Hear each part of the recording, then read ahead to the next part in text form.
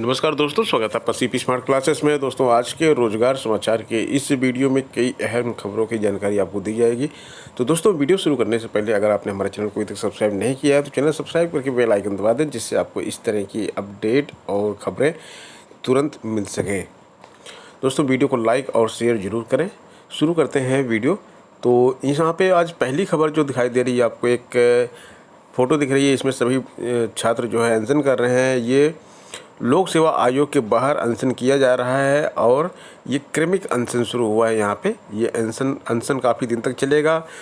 क्रमिक है, कुछ लोग बैठेंगे आज, कुछ लोग कल, कुछ लोग परसों, इस तरह से बैठेंगे। और ये LT ग्रेड हिंदी में चयनित सहायक अध्यापक हैं। हिंदी में जैसे कि जो है आहारता विवाद जो हुआ है, उससे जो है जो छात्र प्रभावित हुए हैं वो छात्र ये अनशन कर रहे हैं। तो देखिए, यहाँ पे लिखा है, आहारता विवाद में फंसे अभ्यर्थी क्रमिक अनशन पर बैठ गए। आवेदन की तिथि पर आहारता के विवाद के कारण फंसे राजकीय विद्यालयों में सहायक अध्यापक हिंदी पर चयनित अभ्यर्थी लोक सेवा आयोग के बाहर सोमवार से क्रमिक अनशन पर बैठ गए। अभ्यर्थी मनीष कुमार का कहना है कि सत्यापन प्रक्रिया के बाद उनकी फाइलें शिक्षा निदेशालय भेजी जानी थी, लेकिन अब तक रुकी हुई हैं।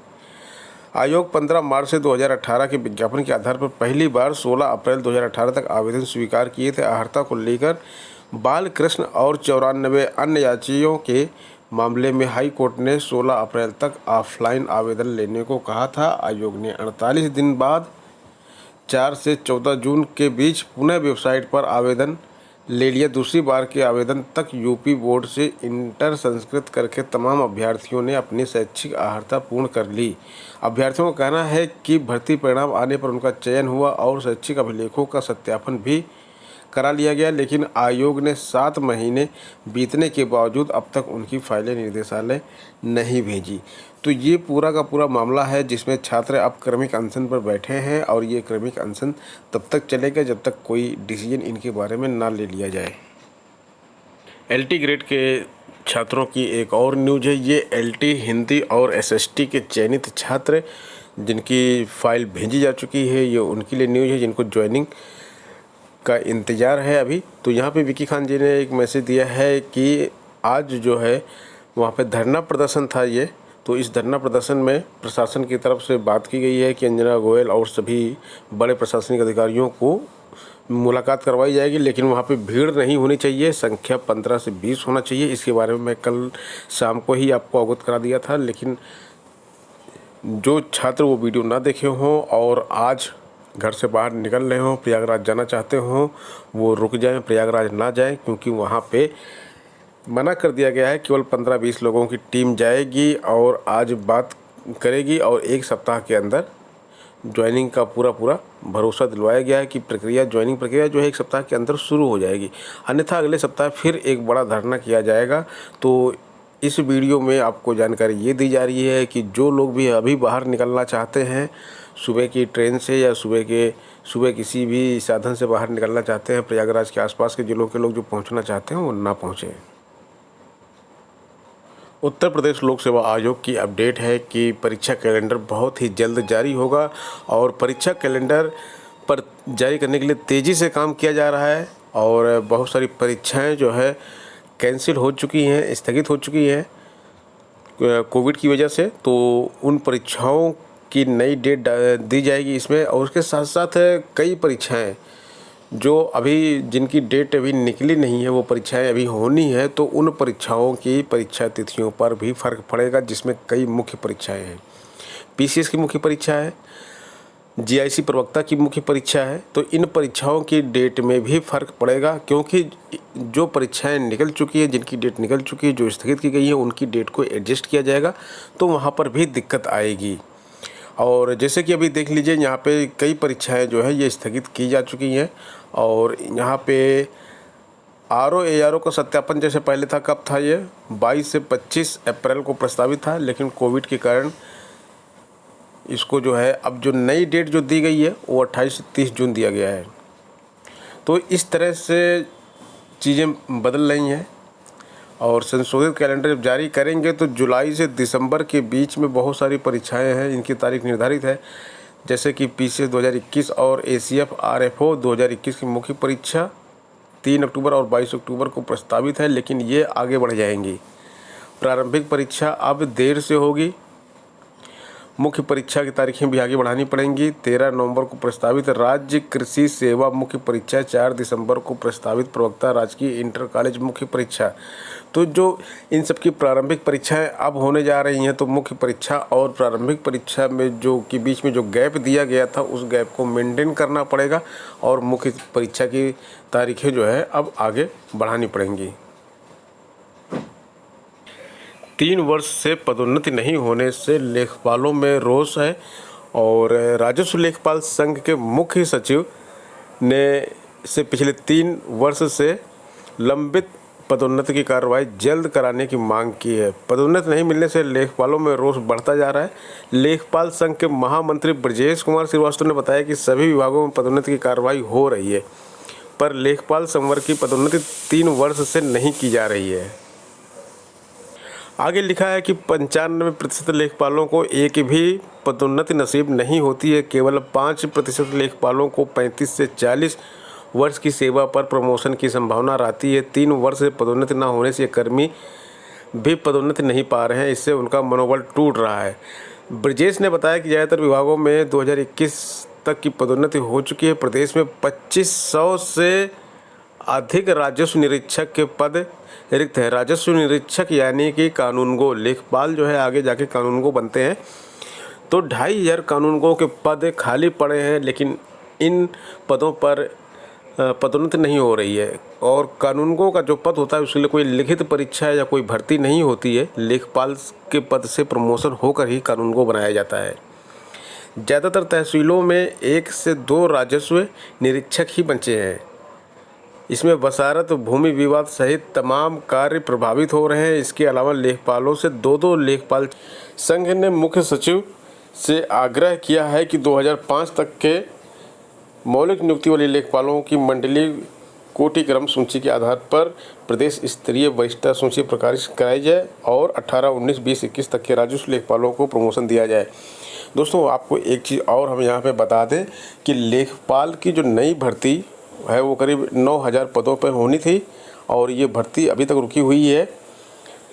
पीईटी का एग्ज़ाम किया जा रहा है। पीईटी के बाद जो पहली वैकेंसी आएगी वो लेखपाल की वैकेंसी आएगी और लेखपाल के लिए अधियाचन के लिए लेटर लिखा जा चुका है दोबारा, क्योंकि जो अभी अधियाचन मिला है पहले मिला था 9000 पदों पर, वो अभी पुराना हो गया, 1.5 से 2 साल का हो गया है।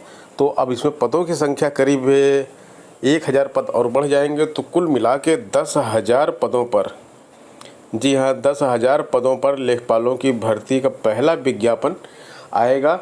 और पीईटी परीक्षा में जो बैठेंगे, जो उसमें अच्छा स्कोर करेंगे, वही यहाँ पे अप्लाई कर पाएंगे। तो पीईटी आपके लिए एक संघर्ष है। पीईटी को मत भूलिए। पीईटी परीक्षा के लिए अप्लाई कीजिए और इसकी जी जान लगा के तैयारी कीजिए, क्योंकि यही आपकी सफलता का आधार बनेगी और सारी वैकेंसीज़ में आप इसी से अप्लाई कर पाएंगे। और सीपी स्मार्ट क्लासेस आपके साथ है। हमारे मोबाइल एप्लीकेशन को अगर आपने डाउनलोड नहीं किया तो डाउनलोड कर लीजिए। वहाँ पे पीईटी की बहुत अच्छी तैयारी कराई जा रही है, फ्री ऑफ कॉस्ट करवाई जा रही है। डेली आपको पीईटी के लिए क्विज मिलती है। चयन बोर्ड ने प्रतीक्षा सूची तो निकाल दी है टीजीटी पीजीटी की, लेकिन एक विवाद खड़ा कर दिया है और जिसकी अनहोनी मतलब जो होनी थी, जो उसका रिजल्ट आने वाला था पहले, वो मैं आपको पहले ही एक वीडियो बता चुका था कि बहुत बड़ी गड़बड़ कर दी है चयन बोर्ड ने, कुछ भी स्पष्ट नहीं किया है। तो देखिए यहाँ पे क्लियर कट में लिखा हुआ कि माध्यमिक शिक्षा सेवा चयन बोर्ड की ओर से 25 मई को जारी टीजीटी एवं प्रवक्ता 2016 की प्रतीक्षा सूची से जिला विद्यालय निरीक्षक भी असमंजस में है। आखिर में किस आधार पर नियुक्ति दी जाए? चयन बोर्ड की ओर से जारी विज्ञप्ति में प्रतीक्षा सूची में वरीयता क्रम में पहले स्थान वाले अभ्यर्थियों को बुलावा पत्र भेजने से एक ही अभ्यर्थी को हर जिले से बुलावा पत्र आ जाएगा। तो यही हमने इसमें लिखा कि भाई इन्होंने जो रूल बनाया है उसमें ये बोला है कि जो है डीआईओ जो है उसको नियुक्ति पत्र भेजेंगे प्राथमिकता के आधार पे। 5 कैंडिडेट मान लीजिए किसी में है, किसी भी पोस्ट पर 5 कैंडिडेट है, तो इन्होंने जो रूल बनाया है कि भाई जिस ज़िले में सीट खाली हो वो प्राथमिकता के आधार पर नियुक्ति पत्र भेज दें। अब एक ज़िला यहाँ पे है, दूसरा ज़िला यहाँ पे है, तीसरा ज़िला यहाँ पे है, चौथा ज़िला यहाँ पे है। चारों ज़िलों में एक एक पद खाली हैं। तो ये क्या करेंगे भाई, हर आदमी चाहता है कि हमको टॉपर मिले, तो ये नियुक्ति पत्र यहीं पर तो भेजेंगे। उनको क्या मालूम कि पहली सीट अभी भरी नहीं गई है, ये भी यहीं पर भेजेंगे, ये भी यहीं पर भेजेंगे, ये भी यहीं पर भेजेंगे। तो इनको ये नहीं मालूम है कि पहले कैंडिडेट ने अभी कहीं ज्वाइन किया है। तो ये एक बहुत ही मूर्खतापूर्ण कदम है जो चयन बोर्ड ने उठाया है। चयन बोर्ड को चाहिए कि सारे ज़िलों की सीटें ले ले कि कहाँ कहाँ पे पद खाली है, किसके ज़िले में कहाँ कहाँ पे पद खाली है। मान लीजिए ये जो है 6 पद खाली हैं एक ज़िले, 75 ज़िलों में से किसी कहीं कहीं पर एक एक पद खाली हैं, तो 6 पद खाली हैं और इनको 6 की प्रतीक्षा सूची निकालनी चाहिए। रैंक के हिसाब से ऑप्शन मांगना चाहिए अभ्यर्थियों से। उसके बाद जो है अभ्यर्थी अपनी मेरिट के हिसाब से जिस ज़िले में जाता है वहाँ उनको भेज देना चाहिए था। किसी को यहाँ अलॉट करते, किसी को यहाँ अलॉट करते, इस तरह से इनको काम करना चाहिए था। लेकिन इन्होंने खाली 6 लोगों को निकाल दिया, मेरिट निकाल दी, उनके मेरिट के हिसाब से लिस्ट निकाल दी है। और उनको कॉलेज अलॉटमेंट कैसे होगा उसके लिए वो परेशान हो और घूमे 2-3 साल तक। नियुक्ति मिले चाहे ना मिले, इससे चयन बोर्ड को कोई मतलब नहीं है।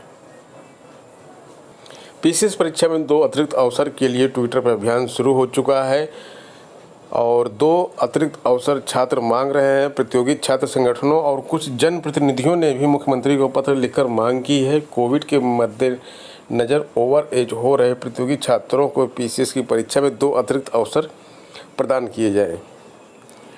प्रतियोगी छात्रों का कहना है कि पिछले 2018 से पाठ्यक्रम और परीक्षा प्रणाली में 100% बदलाव कर दिया गया। अचानक हुए बदलाव के अनुसार प्रतियोगी छात्र खुद को ढाल नहीं सके।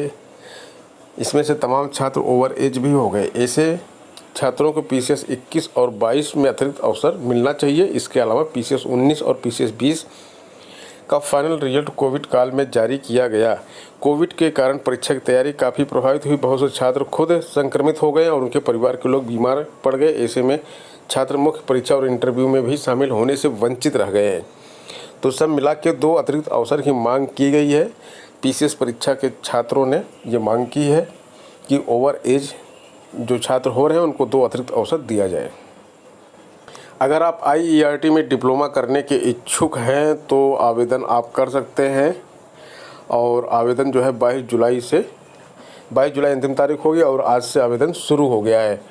तो जो डिप्लोमा के लिए एक बहुत ही अच्छा कॉलेज है, इंजीनियरिंग में डिप्लोमा आप कर सकते हैं। यहाँ पे संस्थान से जो कोर्स संचालित हो रहे हैं उसमें देखिए कौन कौन से कोर्स हैं। Electrical, civil construction technology, civil public health engineering, electronics instrumentation and control engineering, mechanical automobile, mechanical power plant, mechanical production, mechanical refrigeration and air conditioning, mechanical tool engineering, mechanical tubewell engineering और plastic engineering, इन सब विभागों में diploma होता है और 1275 सीटें सब मिला के हैं यहाँ पे डिप्लोमा की। तो आप यहाँ पे आवेदन कर सकते हैं। प्रवेश परीक्षा जो होगी वो डिप्लोमा इंजीनियर्स के लिए 24 अगस्त को और मैनेजमेंट के लिए 27 अगस्त को ऑफलाइन मोड में प्रवेश परीक्षा होगी और उस प्रवेश परीक्षा में अगर आप मेरिट में आते हैं तो आपको एडमिशन दे दिया जाएगा। नीति आयोग ने सेंट्रल बैंक व IOB का नाम भेजा है। तो जहां जिसको मतलब हिस्सेदारी सरकार अपनी बेच सकती है। सरकार को 44,000 करोड़ रुपए जुटाना है तो सरकार सेंट्रल बैंक ऑफ इंडिया और इंडियन ओवरसीज बैंक में अपनी हिस्सेदारी बेच के 44,000 करोड़ रुपए की पूंजी जुटा सकती है। और सूत्रों ने बताया कि नीति आयोग ने इन 2 बैंकों का नाम भेजा है। निजीकरण के लिए नीति आयोग की नज़र उन 6 बैंकों पर है जो विलय में शामिल नहीं थे। इनमें bank of India, bank of Maharashtra, Punjab एवं सिंध बैंक एवं यूको बैंक शामिल है। हालांकि फिच स्टीयरिंग ने कहा कि संक्रमण की दूसरी लहर के बीच बैंकों के निजीकरण में सरकार को मुश्किल आ सकती है। तो दोस्तों ये थी आज की अपडेट। मिलते हैं नेक्स्ट वीडियो में कुछ नई खबरों और कुछ नई अपडेट्स के साथ। बने रहें FCP स्मार्ट क्लासेस के साथ। धन्यवाद।